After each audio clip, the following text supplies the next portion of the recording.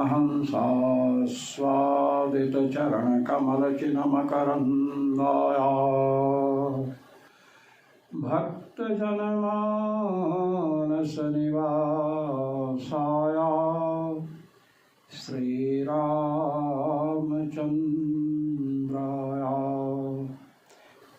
यत्र यत्र रघुनाथकीर्तनं तत्र तत्र कृतमस्तकाञ्जलिं बाष्पवारि परिपूर्णलोचनं मारुतिं नमत राक्षसान्तकम् सीतानाथसमारम्भाम्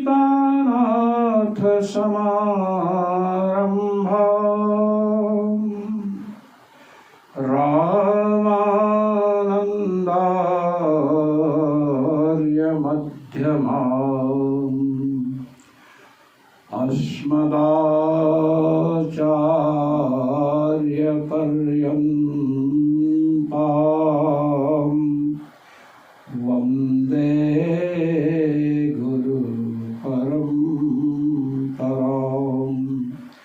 वन्दे गुरु परम्पराम् सर्वेश्वर श्री रघुनाथो विजयते तराम्। कल के पाठ में अर्थात संध्याधिकरण में यह चर्चा चल रही थी कि स्वप्न में जो नदियाँ, पुष्करिणियाँ,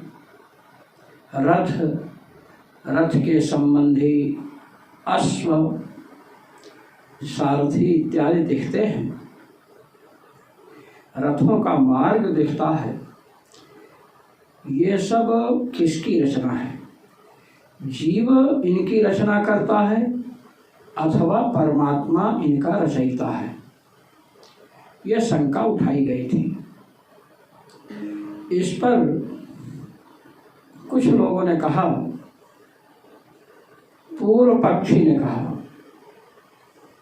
जो शंका करने वाला है, उसने कहा कि स्वप्न को ही संध्य शब्द से कहा गया। संध्यम तृतीयम स्वप्न स्थानम। जागर, सुषुप्ति और स्वप्न, इस प्रकार जब गणना करेंगे तो स्वप्न तृतीय स्थान में आता है। दूसरी बात, जागृत अवस्था आप सब अनुभव ही करते हैं। जब नींद लेते हैं तो स्वप्नावस्था होती है, और जब स्वप्नावस्था से भी ऊपर उठ जाते हैं अर्थात सुषुप्ति में चले जाते हैं, प्रगाढ़ निद्रा, तो प्रगाढ़ निद्रा और जागृत अवस्था दोनों की जो संधि है, उस संधि काल में होने वाली स्थिति का नाम ही क्या है? स्वप्न है।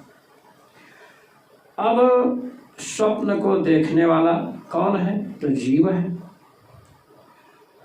वहाँ पर यह बतलाया गया, साही कर्ता, जो नदी, नाले, वृक्ष, तालाब आदि दिख रहे हैं, रथ या अन्य जो भी वस्तुएं दिखती हैं, जो देखने वाला है साही कर्ता, वही उसका कर्ता है। इसका उत्तर दिया गया कि ऐसी बात नहीं है। माया मात्रम तो कार्सेन अनभिव्यक्त स्वरूपत्वात्। देखिए, स्वप्नावस्था में जीव उन पदार्थों की सृष्टि नहीं कर सकता है जो पदार्थ स्वप्न में देखे जाते हैं। पूर्व पक्षी का कहना था कि जीवात्मा का एक गुण बतलाया गया है, सत्य संकल्पत्व। जैसे परमात्मा सत्य संकल्प है, सृष्टि करते हैं, वैसे ही जीव भी सत्य संकल्प है। एष आत्मा अपहत पापमां विजरो विमृत्युर्विशोको विजिघत्सो पिपासः सत्यकामः, सत्य संकल्पः, ये 8 गुण बतलाए गए। इसकी व्याख्या मैं कर चुका हूँ। तो सत्य संकल्पत्व जीव में है। तो जिस प्रकार परमात्मा सत्य संकल्प होने से सृष्टि के आरंभ में बहुत श्याम प्रजाए, इस प्रकार का संकल्प भगवान करते हैं और अंत में अनेक रूपों में हो जाते हैं। पृथ्वी, जल, तेज, वायु, आकाश आदि की सृष्टि हो जाती है। इसी प्रकार स्वप्नावस्था में सत्य संकल्प जीव संकल्प करता है और अनेक पदार्थों की सृष्टि हो जाती है। इसलिए जीव को ही कर्ता मानना चाहिए उन पदार्थों का जो पदार्थ स्वप्न में दिखते हैं। इसका उत्तर यह किया गया कि स्वप्न में दिखने वाले पदार्थों का एक वैलक्षण्य है। क्या है कि वे जागृत काल में जो पदार्थ अनुभव किए जा रहे हैं, घट, पट, मठ, देवदत्त, यज्ञ दत्त, दुकान, मकान इत्यादि, ये सब चिरकाल पर्यंत स्थायी होते हैं। स्वप्न काल में दिखने वाले पदार्थ जो हैं, जब तक स्वप्न है तभी तक रहते हैं, पहली बात। दूसरी बात कि जागृत अवस्था में दिखने वाले घट, पट, मठ, मकान, दुकान, ये सबको अनुभव में आते हैं, इनको सब देख सकते हैं। किंतु स्वप्नावस्था में जो पदार्थ हम देख रहे हैं, उन पदार्थों को केवल हम ही देखते हैं। जब हम स्वप्न देखेंगे, नदी, नाला, वृक्ष, उपवन, जो भी देखेंगे उनको हम ही अनुभव कर सकते हैं, दूसरा कोई अनुभव नहीं कर सकता है। तो स्वाप्निक पदार्थों में 2 विशेषताएं हैं। एक तो स्वप्न काल पर्यंत रहते हैं। जागृत अवस्था के पदार्थों की ये स्थिति नहीं है। आपके पास घड़ा है, आपके पास मकान है, तो जागृत अवस्था में तो है ही, जब आप सो रहे हैं तो भी वो रहता है, और जब दूसरे दिन जागते हैं तो भी रहता है। किंतु स्वप्न के पदार्थ जो हैं, वृक्ष, उपवन, जो भी हैं, जितने आप देखते हैं, वे सब स्वप्न काल में ही रहते हैं। स्वप्न के बाद जागृत अवस्था जब आती है तो उनकी सत्ता नहीं रहती है। सुषुप्ति में भी उनकी सत्ता नहीं रहती है। तो जागृत अवस्था के पदार्थों में और स्वप्नावस्था के पदार्थों में भेद है। दूसरा भेद यह है कि जागृत अवस्था में जो मकान, दुकान, मनुष्य, पशु इत्यादि हैं, जो अनुभूत होते हैं, दिखाई पड़ते हैं, उनको हम भी देख सकते हैं, अनुभव कर सकते हैं, और आप भी देख सकते हैं, अनुभव कर सकते हैं। किंतु स्वप्नावस्था में जब हम हैं, मान लीजिए हम स्वप्न देख रहे हैं, तो हम चाहे मनुष्य देखें, चाहे पशु देखें, चाहे पक्षी देखें, चाहे आकाश में तारों को देखें, चाहे किसी देवी देवता का दर्शन करें, वह दृश्य केवल हम ही को दिखाई पड़ेगा, हमारे ही अनुभव में आएगा, दूसरों के अनुभव में नहीं आता है। जबकि जागृत अवस्था के पदार्थ जो हैं, वे यज्ञ दत्त, देवदत्त, शिवदत्त, रामदत्त, इन सबकी दृष्टि में आते हैं। तो जागृत अवस्था के पदार्थ सुस्थिर होते हैं और सबके अनुभव के विषय होते हैं।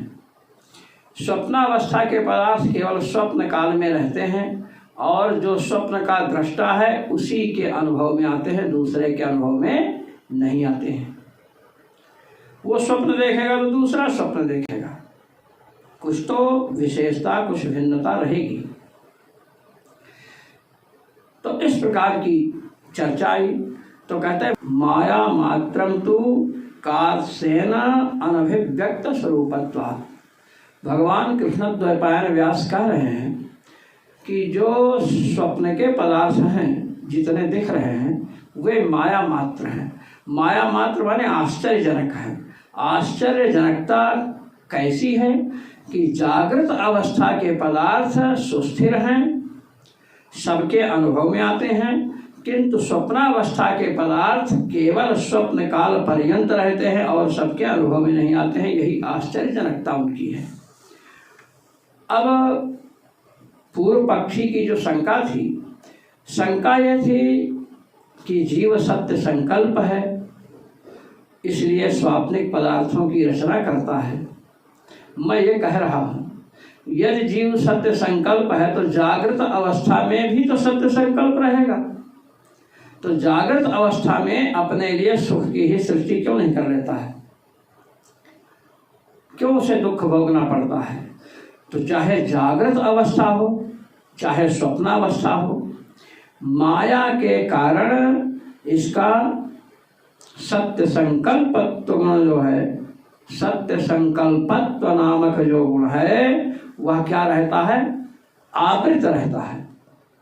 जैसे कोई दीपक है, अब दीपक को किसी वस्त्र से आवृत कर दिया जाए तो वह अपना प्रकाश वस्तुओं तक नहीं पहुंचा पाएगा। उसका प्रकाश जब ढक गया तो किसी वस्तु के साक्षात्कार का जनक नहीं होगा। इसी प्रकार माया के कारण, अविद्या के कारण इसका सत्य संकल्पत्व रूप गुण तब तक आवृत है, तब तक ढका हुआ है, जब तक यह संसार से मुक्त नहीं होता है।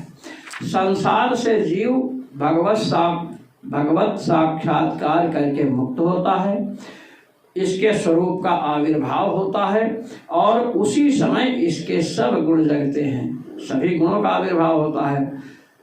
अपहत पापमत्व, विजरत्व, विमृत्युत्व, विशोकत्व, विजिघत्सत्व, अपिपासत्व, सत्यकामत्व, सत्य संकल्पत्व। तो मुक्तावस्था में जब जीव मुक्त हो गया, देह बंधन से विनिर्मुक्त हो गया, इसको अपने स्वरूप का अनुभव हुआ, उसी समय इसके सत्य संकल्पत्वादि गुण आविर्भूत होंगे। उस समय यह जगत की सृष्टि कर सकता है। सामान्य सृष्टि की क्या बात है, अनंतानंत ब्रह्मांड की सृष्टि कर सकता है, किंतु भगवान इसे सृष्टि की आज्ञा नहीं देते हैं। तो स्वप्नावस्था में इसका सत्य संकल्पत्व गुण उद्बुद्ध ही नहीं है, अनुद्बुद्ध है, जागृत ही नहीं है, प्रकाशित ही नहीं है, तो कैसे स्वप्न में दिखाई देने वाले पदार्थों की सृष्टि ये करेगा? ये उत्तर दिया गया। कालस्नेन अनभिव्यक्त स्वरूपत्वात्, इसका स्वरूप अभिव्यक्त नहीं है, और जब तक स्वरूप अभिव्यक्त नहीं होगा तब तक यह सृष्टि नहीं कर सकता है। किसी भी पदार्थ की सृष्टि इस प्रकार की नहीं कर सकता है। घटपट मठ बनाना ये अलग बात है। ये तथ्य पिछले पाठ में प्रकट किए गए। अब आगे आए, वहां पर एक चर्चा आई थी, उपक्रम वाक्य आया है, शाही कर्ता जहां पर है वहीं पर, या एष सुप्तेषु जागर्ति कामं कामं पुरुषो निर्मिमाणः। इंद्रियों के सो जाने पर पुरुष जो है पुत्र पौत्रादि पदार्थों की रचना करता है, वही जागता है, ये बात बताई गई। और उसी को आगे कहा गया, तदेव शुक्रम तद्ब्रह्म तदेवामृतमुच्यते तस्मिन् लोकाः श्रुताः सर्वे। ये उपसंहार किया गया। तदेव शुक्रम तद्ब्रह्म, तदेव शुक्रम रलयोरभेदः शुक्लम, वही माया के मलों से विनिर्मुक्त है। तद्ब्रह्म, वो ब्रह्म है कौन? जो इंद्रियादि के सो जाने पर पुत्र पौत्रादि पदार्थों की रचना करता है, ये बताएगा। उपक्रम में पुरुष की चर्चा आई और उपसंहार में उसको माया के मलों से निर्मुक्त कहा गया, ब्रह्म कहा गया, अमृतम अविनाशी कहा गया, और तस्मिन् लोकाः श्रुताः सर्वे, उसी पुरुष में अनंतानंत ब्रह्मांडात्मक जो लोक हैं या अनंतानंत जो लोक हैं, लोकों का समूह जो अनंतानंत ब्रह्मांड है, ये सब उसी में आश्रित है। तो जीव में तो आश्रित हो नहीं सकता है। वह परम पुरुष परमात्मा है जिनमें अनंतानंत ब्रह्मांड स्थिर है। रोम रोम प्रतिराजहि कोटि कोटि ब्रह्मांड। पूज्यपाद गोस्वामी जी ने इसको विस्तृत किया। तो उपक्रम में पुरुष की चर्चा और उपसंहार में उसको ब्रह्म कहा गया। साही कर्ता या एस सुप्तेषु जागर्ति कामम कामम पुरुषो निर्मिमाणः। पुरुष की चर्चा की गई कि सबके सो जाने पर यह पुरुष ही पुत्र पौत्रादि पदार्थों की सृष्टि करता है, और उसी पुरुष को आगे चल करके उपसंहार में ब्रह्म कहा गया, अविनाशी कहा गया, समस्त लोकों का आश्रय कहा गया। तो वह जीव तो नहीं हो सकता है। वह कौन होगा? परमात्मा। इसलिए परमात्मा ही स्वाप्निक पदार्थों की सृष्टि का करता है। यह बात सिद्ध हुई। अब यहाँ पर चर्चा यह आई थी कि आप ये बतलाइए कि आप कह रहे हैं कि जीव का अपहत पापमत्व, विजरत्व, विमृत्युत्व, विशोकत्व, सत्य संकल्पत्व आदि जो गुण हैं, यदि स्वाभाविक हैं तो उनका प्रकाश क्यों नहीं होता है? जीव में एष आत्मा अपहत पापमा विजरो विमृत्युर्विशोको विजिघत्सो पिपासः सत्यकामः सत्य संकल्पः। आत्मा के जो 8 गुण बतलाए गए हैं, यदि ये गुण स्वाभाविक हैं तो स्वप्नावस्था में क्यों अभिव्यक्त नहीं हो रहे हैं? आप इस शंका के समाधान के लिए बतलाया गया। क्या कह रहे सुनिए। पराभिध्यानात्तु तिरोहितं ततो ह्यस्य बंध विपर्ययौ। तृतीय अध्याय के द्वितीय पाद का चतुर्थ सूत्र है, चौथा सूत्र है। अब इस सूत्र पर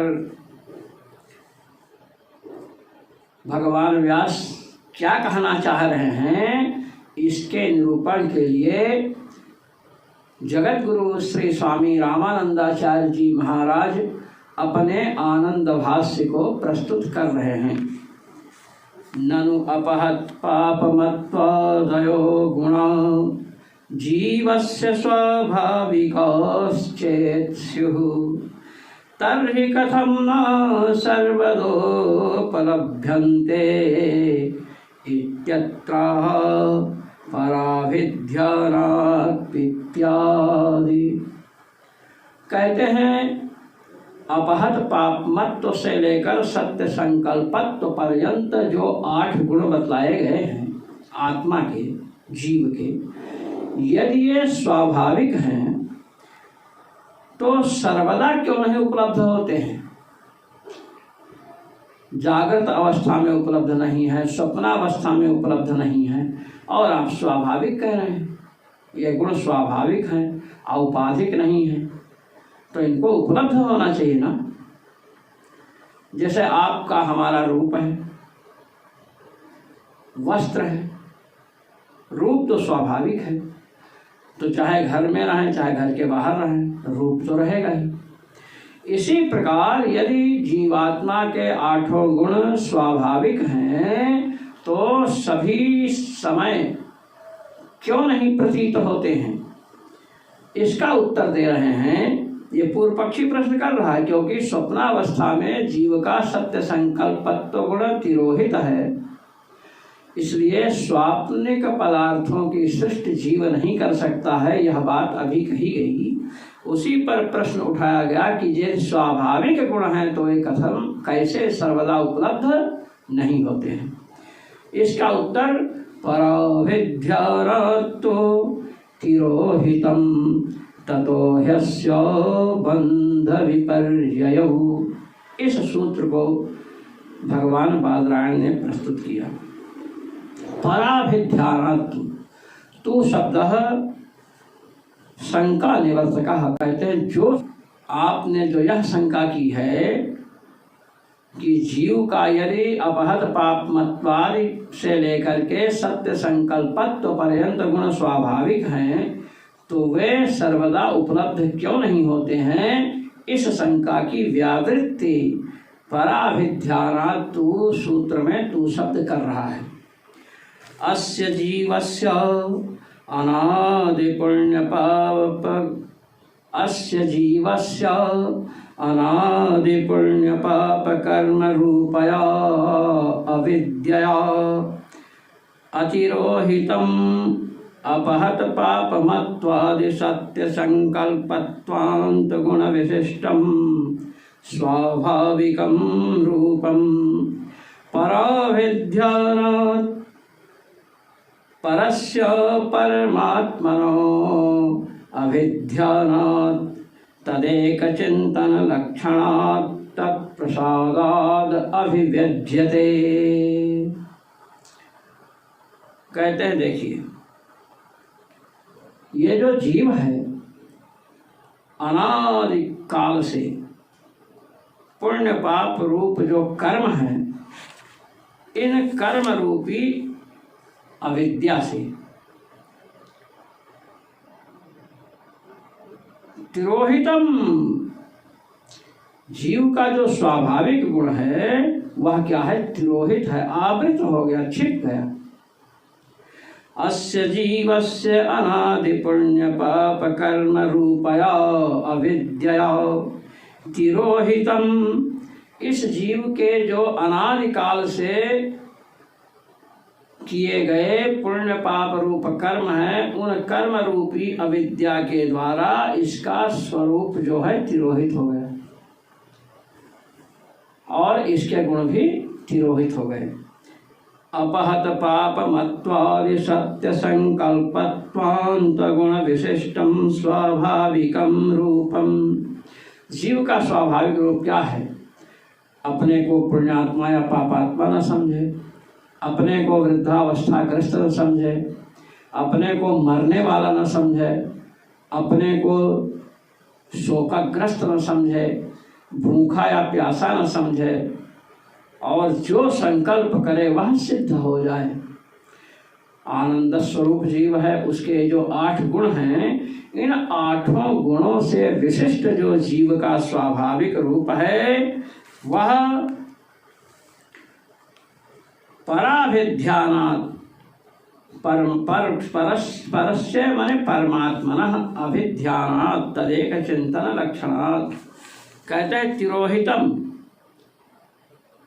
इस जीव का स्वरूप किससे तिरोहित हुआ, तो महाराज अनादिकाल की पुण्य पाप रूप कर्म नामक अविद्या से इसका अपहत पापमत्व से लेकर सत्य संकल्पत्व पर्यंत जो गुण हैं, उन गुणों से विशिष्ट जो इसका स्वाभाविक रूप है वह तिरोहित हो चुका है।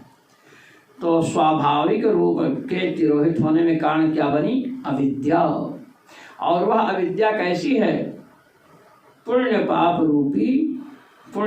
रूपी जो कर्म है, तादृश कर्म रूपिणी जो अविद्या है उसके द्वारा इसका स्वाभाविक रूप तिरोहित हो गया।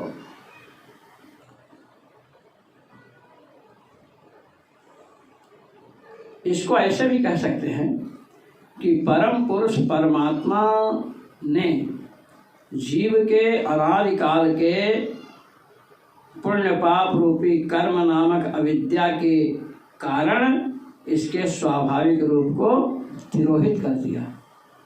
पुण्य पाप कर्म किए हो तो पुण्य का फल भोगोगे। अब आपको ये हो कि मैं शरीर ही नहीं हूँ तो पुण्य का फल कैसे भोगेंगे, और यदि आपको ज्ञान हुआ मैं आनंद स्वरूप हूँ, शरीर से भिन्न हूँ, तो पाप का फल कैसे भोगेंगे। इसीलिए उन पुण्यों और पापों को जो संपन्न किए हैं, संपादित किए हैं, उनका फल भोगने के लिए महाराज इसका स्वाभाविक रूप तिरोहित है।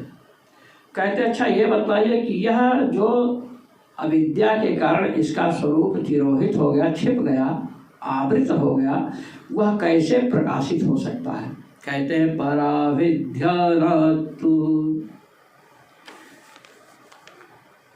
परस्य परमात्मनो अभिध्यानात् तदेक चिंतन लक्षणात् तत्प्रसादाद अभिव्यज्यते। पराभिध्यानात्, पर अर्थात जो परमात्मा है उनके अभिध्यान अर्थात भगवान का ही जो चिंतन करेगा जीव, भगवान का के मंत्र का जप करे, भगवत स्वरूप का चिंतन करे, गुरुदेव की शरण में गया, इसे मंत्र राज की प्राप्ति हुई। गुरुदेव ने मंत्र का अर्थ बतलाया, जप के समय, मंत्र जप के समय मंत्र के अर्थ का चिंतन करे। तज्जपस्तदर्थ भावनम, जब जप करें तो अर्थ का चिंतन अवश्य करना चाहिए। बहुत से लोग कहते हैं कि हम इतना जप किए किंतु मन शांत नहीं है। कहते हैं कि मन शांत कैसे रहेगा? जीव से तो जप कर रहे थे और मनी राम इधर उधर घूम रहे थे। तो मनी राम को रोकने के लिए हमें मंत्रार्थ का चिंतन करना पड़ेगा। इसलिए जब हम मंत्र जप या नाम जप के साथ साथ अर्थ चिंतन करेंगे, मंत्रार्थ चिंतन करेंगे, तो महाराज मन से जो मनोराज्य बनता रहता है वह रुक जाएगा। और जहाँ मनोराज्य रुका तो जप अपना अप्रतिम प्रभाव दिखलाना आरंभ कर देता है। इसीलिए वैष्णवों को कहा गया है कि अर्थ पंचक का ज्ञान होना चाहिए, तत्त्रय का ज्ञान, जीवात्मा, परमात्मा और प्रकृति का क्या स्वरूप है इसका ज्ञान हो, और रहस्यत्रय मंत्र राज का अर्थ, शरणागति मंत्र का अर्थ और चरम मंत्र, इन सबको जाने आए। तो परमात्मा का चिंतन करने से इसका जो स्वरूप आवृत हो गया है माया से, वह परमात्मा के भजन से, परमात्मा के चिंतन से अभिव्यक्त हो जाता है, स्वाभाविक रूप प्रकाशित होने लगता है। ही यतः परमात्मनः संकल्पादेवास्य जीवस्य बंधमोक्षौ श्रूयेते। कहते हैं क्यों संकल्प के संकल्प से इसके स्वरूप का प्रकाश होगा? कहते हैं इसलिए क्योंकि परमात्मा के संकल्प के कारण ही जीव का बंधन और जीव का मोक्ष शास्त्रों में सुनाई देता है। शास्त्र कहते हैं इस बात को, एतदुक्तम भवति, कहे ये रहस्य है, फलितार्थ है जो हम बताने जा रहे हैं। अनुध्याना विषयीकृतः परमात्मा एव अस्मै स्वकीया मोघेन संकल्पेन बंधम प्रददाति। कहते हैं जो प्राणी भगवान का चिंतन नहीं किए हैं, अनुध्यान का विषय नहीं हुआ परमात्मा का हमने चिंतन नहीं किया, तो जब चिंतन का विषय परमात्मा नहीं होगा, चिंतन का विषय शब्द रूप रस गंध स्पर्श होगा, तो परमात्मा अपने अमोघ संकल्प से इसे उसी शब्द रूप रस गंध स्पर्श में फंसाते हैं कि चलो खूब भोगो, और यही बंधन है। परमात्मा के संकल्प से ही इसको बंधन मिलता है। अब परमात्मा के संकल्प में इसका कुकर्म कारण है, परमात्मा का चिंतन तो किया नहीं, भगवान को भोग लगाकर खाने में नानी मर रही है, भगवान के भक्तों को देख करके ईर्ष्या मन में होती है, डाह होता है, वे कितना परिश्रम करते हैं, कितना जप, कितना तप, कितनी साधना करते हैं, इस पर ध्यान नहीं देते हैं, केवल दोष दर्शन करते हैं। तो ऐसे लोगों से परमात्मा क्या होते हैं? अप्रसन्न होते हैं, और अप्रसन्न होकर के बंधन में डालते जाते हैं, फंसते जाओ। स एव च परम पुरुषो दीन जनानुकंपी भगवान यदा मुहुः अनुध्यान विषयीकृतश्चेत् प्रसन्नस्तदा सुसंकल्पात् मोक्षं प्रयच्छति। कहते हैं वही परमात्मा परम पुरुष दीनों पर कृपा करने वाले, अनुकंपा करने वाले भगवान जब बार बार जीव के द्वारा चिंतन किए जाते हैं तो महाराज भगवान प्रसन्न होते हैं और अपने संकल्प से, अमोघ संकल्प से जीव को मोक्ष प्रदान करते हैं। एक बात ध्यान में रखनी चाहिए कि यदि हम मोक्ष से विपरीत संकल्प नहीं किए हैं तो भगवान अवश्य मोक्ष देंगे, और यदि हमने स्वयं अपने पैरों में कुल्हाड़ी मार ली, भगवान तो मोक्ष देने वाले हैं और हमने कोई तुच्छ पद मांग लिया, तो निश्चित ही भगवान उस समय मोक्ष नहीं देंगे, क्योंकि भगवान को भक्त वांछा कल्पतरु कहा गया है। श्री ध्रुव जी मधुबन में तपस्या कर रहे थे, भगवान उनके समक्ष प्रकट हुए। मधोर्वनम भृत्य दिदृक्षया गतः, भगवान इतने प्रसन्न हैं कि मधुबन में अपने भृत्य ध्रुव के दर्शन की इच्छा से पधारे। और जब ध्रुव को दर्शन हुआ तो ध्रुव ने एक पद की याचना की जिसे ध्रुव पद कहते हैं। अब महाराज भगवान तो मोक्ष देने के लिए तत्पर थे, भगवान भक्तों को संसार में नहीं फंसाते हैं। ध्रुव जी ने मोक्ष न मांग करके क्या मांग लिया? ध्रुव पद मांगा। तो भगवान उसे दिए, कहे ठीक है राज्य करो, उसके बाद तुम्हें ध्रुव पद की प्राप्ति होगी। तो भगवत दर्शन के बाद जब ध्रुव जी वहां से लौटते हैं तो मन में बड़ी ग्लानि है। ग्लानि इसलिए है कि मैंने मोक्षप्रद भगवान का दर्शन प्राप्त करके भी मोक्ष की याचना नहीं की, मैंने एक तुच्छ पद मांगा जो नश्वर है, अनश्वर अविनाशी मोक्ष मैंने नहीं मांगा। ये बात है। तथा च अत्र, कहते हैं इस विषय में हम प्रमाण भी प्रस्तुत करते हैं। यदा पश्यते रुक्मवर्णं कर्तारमीशं पुरुषं ब्रह्मयोनिं, मुंडकोपनिषद के 3 अध्याय का है। यदा हे वैस एतस्मिन् दृश्ये अनिरुक्ते अनिलयने अभयं प्रतिष्ठां विन्दते अथ सोऽभयं गतो भवति। यदा हे वैस एतस्मिन् उदरमन्तरं कुरुते अथ तस्य भयं भवति इत्यादयः श्रुतयः प्रमाणताम् उपयान्ति। कहते हैं भगवान प्रसन्न होते हैं तो मुक्ति प्रद होते हैं, मुक्ति प्रदान करते हैं। यदा पश्यते रुक्मवर्णम, जब पश्य माने साधका, पश्यति तपस्यः साधका, भगवान का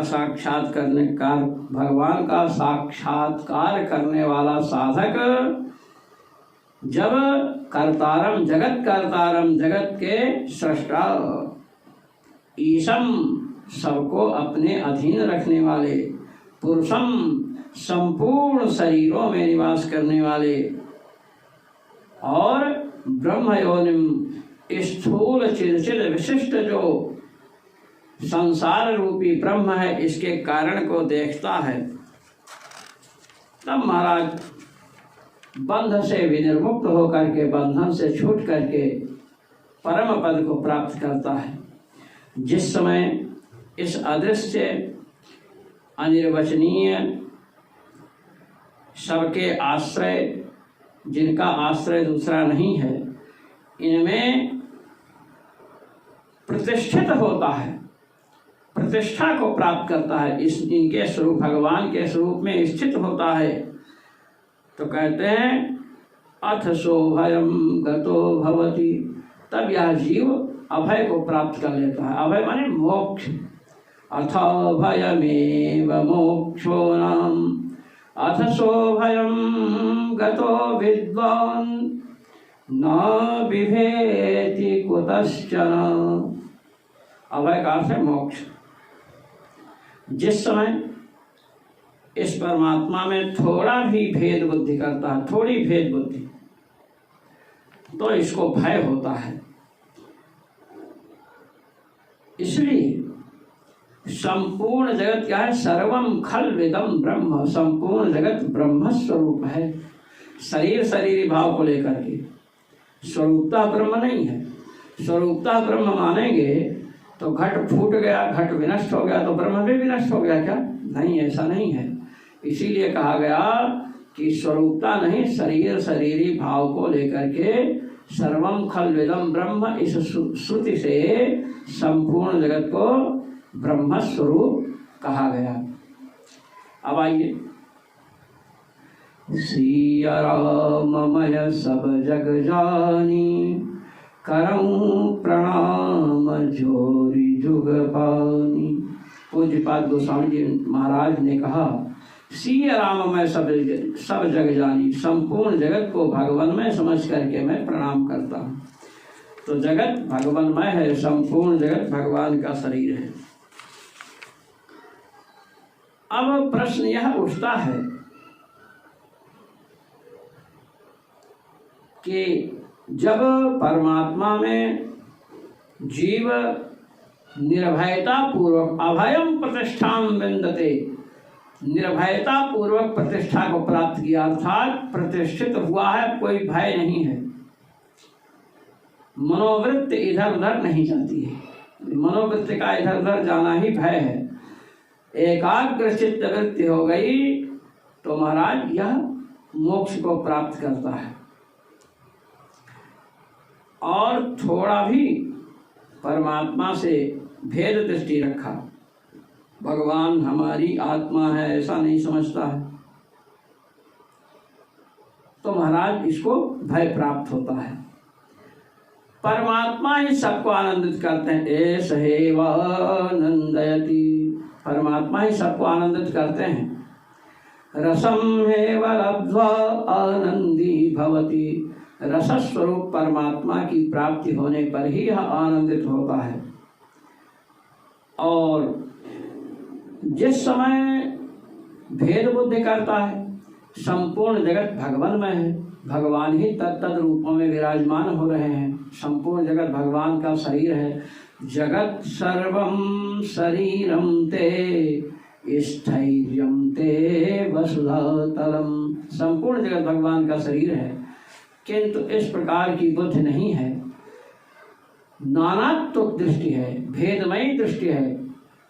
यज्ञदत्त, देवदत्त, चारुदत्त के रूप से जगत को देख रहा है, ये भेद दृष्टि है। और संपूर्ण देवदत्त, चारुदत्त, यज्ञदत्त के रूप में भगवान ही विराजमान है। इस प्रकार अभेद दृष्टि है, भगवानमयी दृष्टि है। इस प्रकार की दृष्टि, भगवानमयी दृष्टि होने पर मोक्ष को, अभय को प्राप्त होता है, और भेद दृष्टि होने पर महाराज भय की प्राप्ति होती है।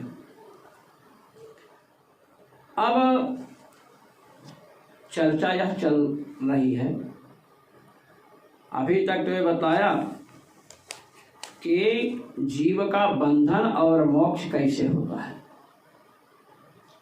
मोक्ष में प्रमाण दिया, यदा पश्यः पश्यते रूपम वर्णम कर्तारमीशम पुरुषम ब्रह्म योनिम, और तैत्तिरीयोपनिषद का प्रमाण दिया, जब भगवान का साक्षात्कार करता है तो अभय को प्राप्त होता है।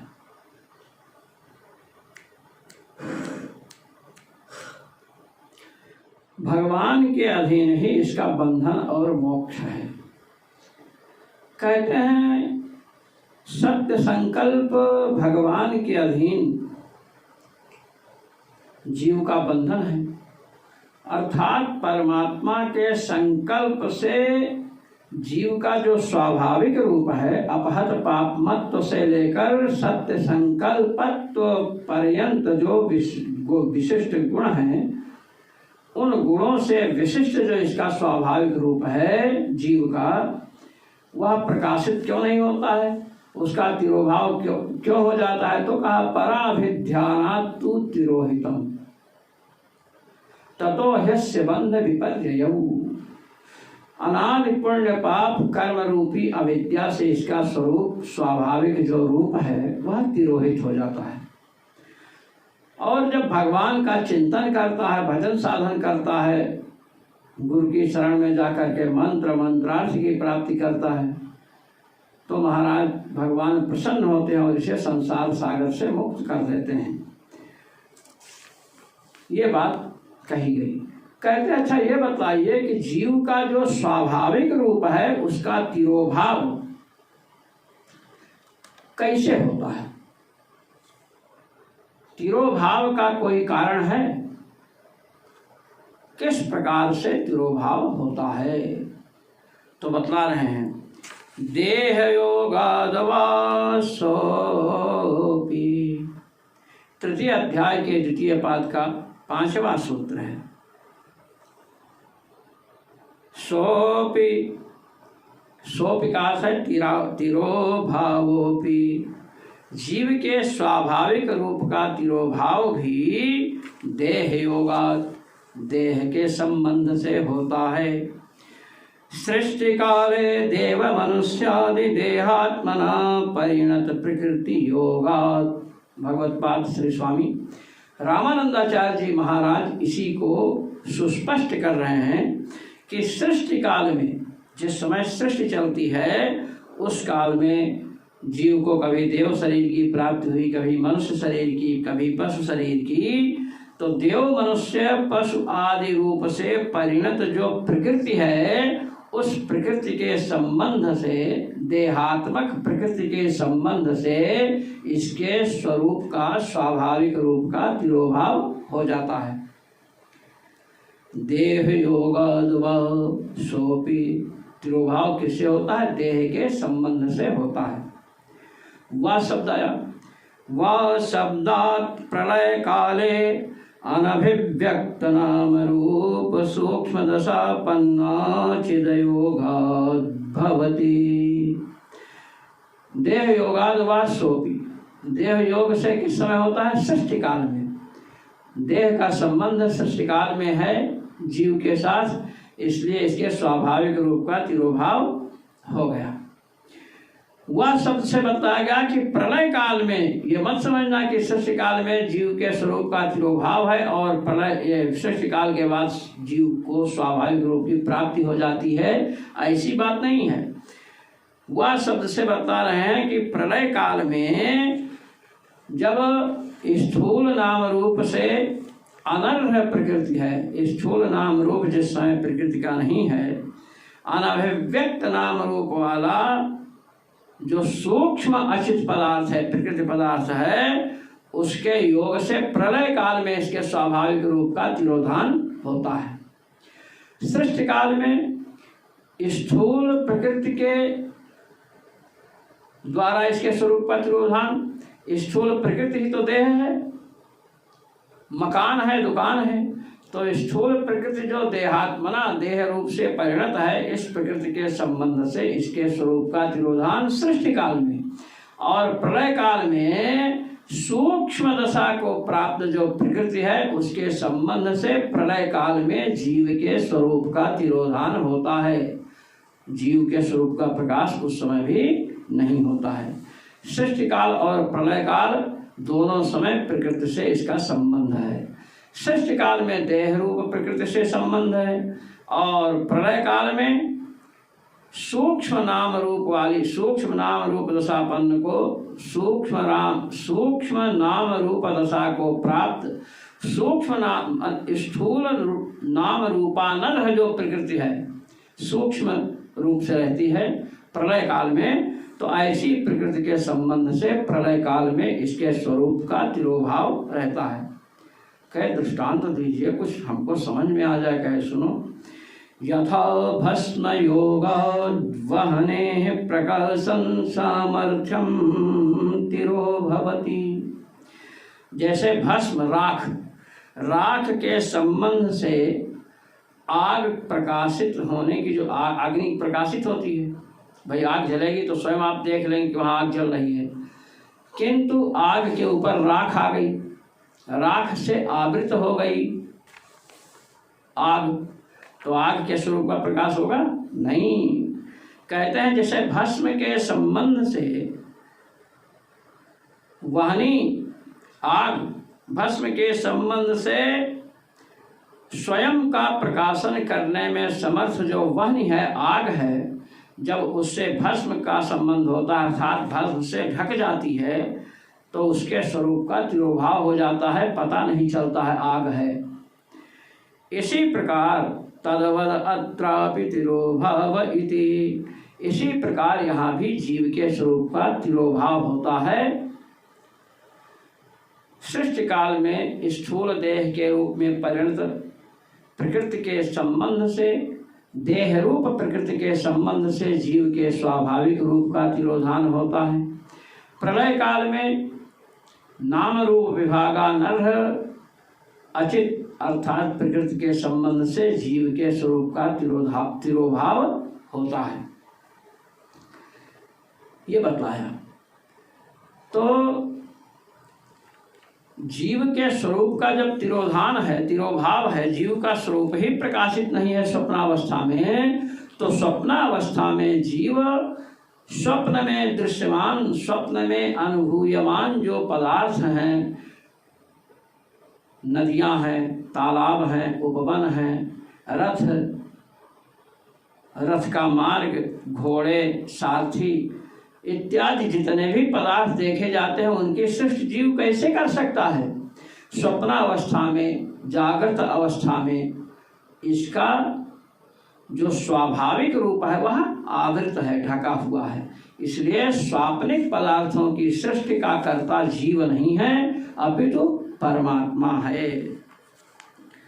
और एक कारण बता रहे हैं, इसलिए भी जीव स्वप्न में देखे गए पदार्थों का रचयिता नहीं है। सूचकश्च हि श्रुतेरचक्षते च तद्विदः, तृतीय अध्याय के द्वितीय पाद का छठा सूत्र है।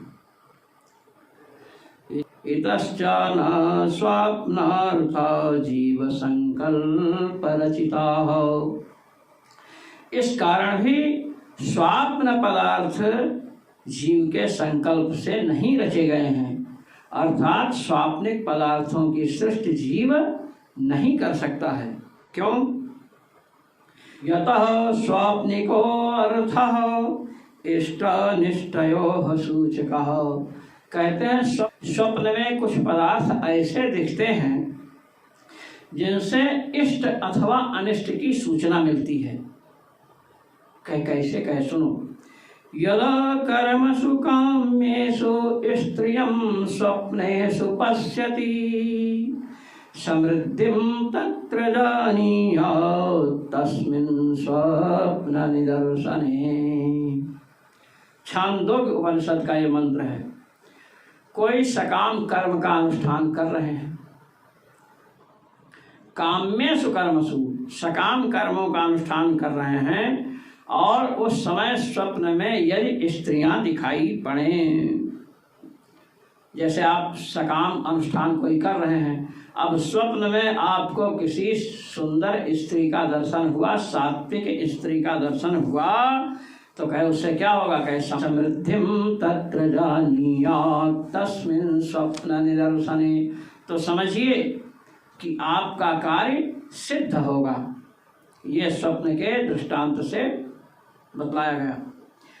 इत्यादि श्रुतेः अवसीयते, के छांदोग्य प्रभृति श्रुतियों के द्वारा निश्चित होता है कि स्वप्न के द्वारा इष्ट की, अभीष्ट की सूचना मिलती है। काम में कर्म का अनुष्ठान कर रहे हैं, स्वप्न में कोई सुंदर नारी दिखाई पड़ी तो समझना चाहिए कि यह कार्य सिद्ध होगा, तो इष्ट की सूचना मिली।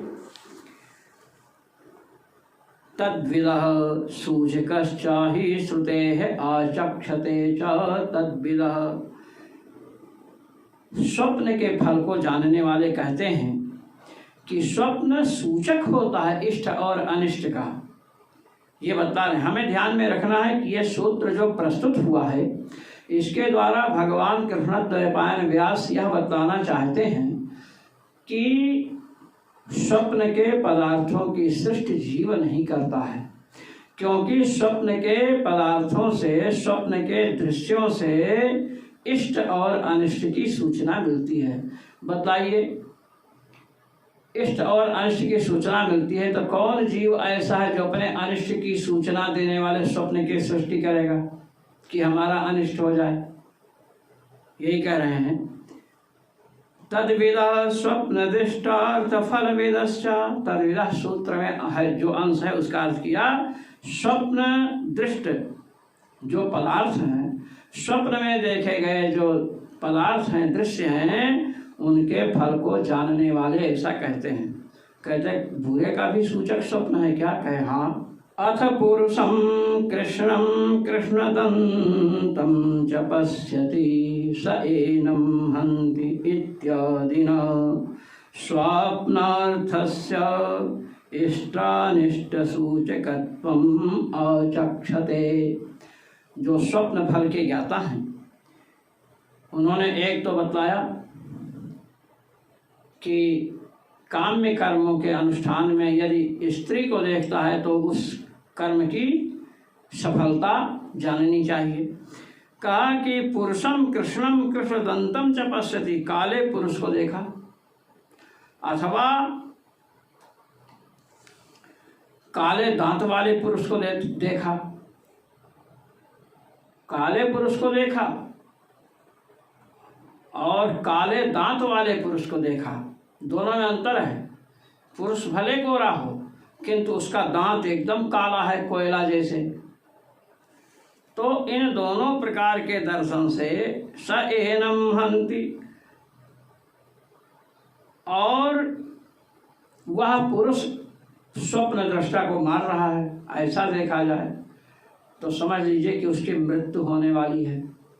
श्रीमद् वाल्मीकि रामायण में त्रिजटा ने जो स्वप्न देखा है उसमें देखा कि रावण को बांध करके मारती हुई दक्षिण दिशा में एक स्त्री ले जा रही है। तो इन स्वप्नों के द्वारा क्या हुआ कि सुंदर नारी को स्वप्न में देखा, काम्य कर्म का अनुष्ठान चल रहा है तो समझना चाहिए कि यह कार्य सिद्ध होगा। और काले पुरुष को देखा या काले दांत वाले पुरुष को देखा, वह इसे मार रहा है तो मृत्यु की सूचना मिलती है। तो स्वप्न क्या है? इष्ट के और अनिष्ट के सूचक हैं। इस बात को स्वप्न के फलों को जानने वाले कहते हैं। जीव संकल्प कृतत्वे निष्ठ सूचकत्वं नोपपद्यते। यदि स्वप्न में दिखाई देने वाले दृश्यों को, पदार्थों को जीव के संकल्प से वे रचे जाते हैं ऐसा माना जाए तो कौन जीव है जो अपने अनिष्ट की सूचना देने वाले स्वप्न की सृष्टि करेगा? बताइए, कौन ऐसा अनुन्मत्त जीव है जो अपने अनिष्ट की सूचना देने वाले स्वप्नों की सृष्टि करेगा? नहीं कर सकता। ऐसे पदार्थों की सृष्टि रचना क्यों करेगा जो उसके ही अनिष्ट की सूचना दे? नहीं कश्चिद अनुन्मत्तः स्वनिष्टकारिणो अर्थान् सृजति दृष्टवा च पश्यति। कहते हैं नहीं कश्चिन अनुन्मत्तः, ऐसा कोई व्यक्ति हो जो अनुन्मत्त हो, पागल न हो, तो वह अपने अनिष्ट को बतलाने वाले पदार्थों की रचना क्यों करेगा और उन्हें रच करके क्यों देखना चाहेगा? ये तो पागल ही कर सकता है। जो उन्मत्त होगा वही ऐसा कर सकता है। जो उन्मत्त नहीं है वह अपने अनिष्ट की सूचना देने वाले स्वप्नों की रचना, अनिष्ट की सूचना देने वाले स्वाप्निक पदार्थों की रचना क्यों करेगा? स्वप्न में ऐसे दृश्यों की, स्वप्न में ऐसे पदार्थों की रचना क्यों करेगा जिससे उसके ही अनिष्ट की सूचना मिले? तस्मात् तस्मात् स्वप्न सृष्टेः कर्तृत्वं परमात्मना एवोपपद्यते न जीवस्य। इसलिए स्वप्न सृष्टि जो है, स्वप्नावस्था में देखे गए पदार्थों की सृष्टि जो है उसका कर्ता परमात्मा अर्थात भगवान ही है, जीव नहीं है। तीन कारण बताए। एक तो बताया कि जीव का सत्य संकल्पत्व गुण उस समय तिरोहित है, छिपा हुआ है, इसलिए सृष्टि नहीं कर सकता है। दूसरी बात कि अपने अनिष्ट की सूचना देने वाले पदार्थों की सृष्टि जीव स्वयं क्यों करेगा, इसलिए भी जीव स्वयं स्वप्न में देखे जाने वाले पदार्थों का निर्माता नहीं है, अपितु परमात्मा ही उनका निर्माता है। सर्वेश्वरः सर्वनियंता च परम पुरुषो जीवानुष्ठितानाम् अल्पीयसामपि कर्मणां फलम् अनुभवयितुं तावन्मात्र समयावसानान् तज्जीवैकानुभव्यान् विचित्राकारान् अर्थान् अनुभवयति इति निरवध्यम्। भगवत्पाद श्री स्वामी रामानंदाचार्य जी महाराज कह रहे हैं, कहते अच्छा ये बताइए क्या कह रहे हैं स्वामी जी। कह रहे हैं कि स्वप्न में पदार्थों की सृष्टि ही क्यों होती है, कि ये बात तो पहले ही बता चुके हैं। आनंद मोद प्रमोद दुख आदि की प्राप्ति स्वप्न से होती है। कहते हैं स्वप्न क्यों दिखाई पड़ता है, स्वाप्निक पदार्थों की सृष्टि भगवान क्यों करते हैं। कहते हैं भगवान सर्वेश्वर हैं, सबके स्वामी हैं, सर्वनियंता, सबको अपने नियंत्रण में रखने वाले हैं, परम पुरुष हैं। अब जीवों ने बहुत से ऐसे कर्म किए हैं जो अत्यंत लघु फल देने वाले हैं, ऐसे ऐसे कर्म हैं जिनके बहुत छोटे छोटे फल हैं।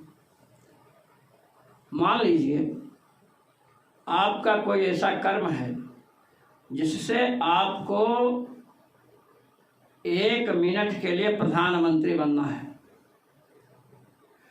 अब 1 मिनट के लिए मोदी जी को प्रधानमंत्री पद से उतारा जाए, तब आपको 1 मिनट के लिए प्रधानमंत्री बनाया जाए। ऐसा हमारे ईश्वर नहीं करते हैं। स्वप्न की रचना होगी, स्वप्न में आप 1 मिनट के लिए या 1 घंटे के लिए प्रधानमंत्री बन जाएंगे और उस आनंद का अनुभव कर लेंगे। देश को कांग्रेस जैसे गड्ढे में ढकेलना है कि भारतीय जनता पार्टी जैसे हिंदू हितों की, भारतीय सभ्यता की, भारतवासियों की रक्षा करना है, ये स्वयं निर्णय करना पड़ेगा। तो जीव के जो अत्यंत सूक्ष्म कर्म हैं, उन कर्मों के फलों का अनुभव जीव को हो, इसलिए स्वप्नावस्था में स्वप्न काल पर्यंत स्थिर रहने वाले पदार्थों की रचना भगवान स्वयं करते हैं और वह उसी जीव को अनुभूत होता है जिसको उसका फल भोग कराना है। इसलिए स्वाप्निक पदार्थ स्वप्न काल पर्यंत रहते हैं और स्वप्न का दृष्टा जो यज्ञदत्त, देवदत्त इत्यादि जीव हैं, केवल उन्हीं जीवों को जितना कर्म है देवदत्त का उसके अनुरूप स्वप्न आएगा और उसके फल के अनुरूप सुख या दुखात्मक जो फल है उसके अनुरूप अच्छा या बुरा पदार्थ भगवान के द्वारा रचा जाएगा और जीव उसका फल भोगेगा। इसलिए स्वप्न की सार्थकता है। तावन मात्र समयावसानान, स्वप्न काल पर्यंत स्थिर रहने वाले तज्जीवैकानुभाव्यान, और जो स्वप्न दृष्टा जीव है, स्वप्न को देखने वाला जीव है, उसी को अनुभव में आने वाले वे पदार्थ हैं, उनकी रचना करता है। विचित्राकारान अर्थान, विचित्र है आकार जिनका, ऐसे ऐसे पदार्थों का अनुभव भगवान कराते हैं। इति निर्वध्यम, इसलिए अब कोई शंका का विषय नहीं है, सब निर्वध्य है, दोष निर्मुक्त है। इस प्रकार आज संध्या अधिकरण पूर्ण होता है। जो मनीषी महानुभाव भगवान बादरायण द्वारा विरचित ब्रह्मसूत्र पर भगवत पाद श्री स्वामी रामानंदाचार्य जी महाराज द्वारा प्रणीत आनंद भाष्य का श्रवण मनन पठन पाठन निधिध्यासन करते हैं, उन सभी चिंतक मनीषी महानुभावों को सर्वेश्वर श्री रघुनाथ जी की ओर से अनंतानंत आशीष और मेरी ओर से सादर सप्रेम जय श्री राम।